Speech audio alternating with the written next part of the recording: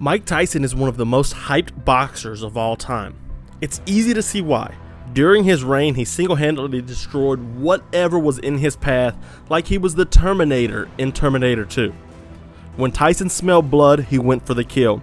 One of the best examples of this was his win over Buster Mathis Jr. in 1995. In 1991, Mike Tyson was arrested for rape of Desiree Washington and received just under 3 years of prison time. After being the most feared man on the planet, Tyson was stripped of everything he was identified with. But he would try to come back with a vengeance. After being released, Tyson would return against Peter McNeely.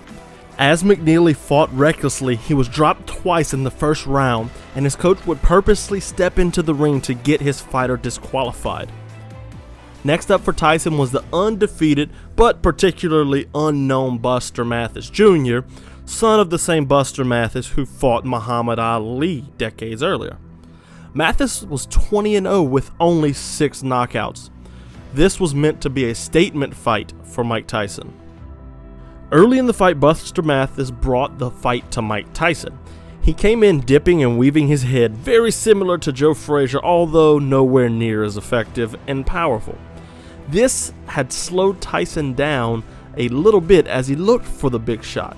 Mathis would slip and weave out of the way of several monster uppercuts from Tyson that would be detrimental if they landed.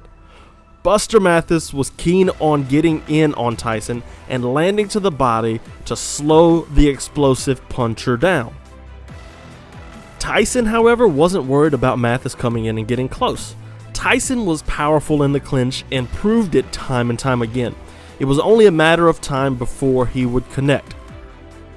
At the end of round 2, Mathis would land a left hook and a right uppercut clean, and Tyson would decide to go all out. He had opened up the monster within. This is the killer instinct Tyson is known for. Once he's ready to go out and get the finish, he does so at all cost. Mathis would survive the round, but not much further.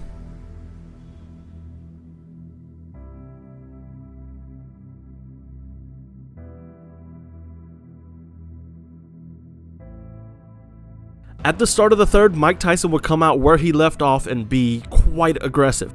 Mathis would do a good job moving his head and making Tyson miss. To counteract this, Mike Tyson would pivot out and look for a blow that way. This would come into the play at the end of the fight. Tyson would start to be the bully. After pushing Mathis to the ropes, Tyson would come out firing again on the break. He, once again, pivots to his right and lands an uppercut on Mathis. Buster Mathis Jr. would continue to come into clinch. This would be his undoing. Mathis pushes Tyson to the ropes once more when he would make a small mistake here. Notice how he gives Tyson a small bit of room to move. This is all Mike Tyson needs. Tyson reads this and takes his advantage off of it and pivots out to his left. On the pivot, Tyson is now on the side of Mathis and has created what is known as the angle. We hear about the angle all the time against Lomachenko, but regardless, this is the angle. He lands a massive right uppercut and Mathis is stunned. Instead of turning into Tyson and keep his guard up, that way he's facing his opponent, Buster Mathis Jr. would cover up and not move at all. Tyson keeps his angle and lands another right that will put Buster Mathis down. He would not be able to beat the clock, and Mike Tyson would notch another spectacular knockout to his resume.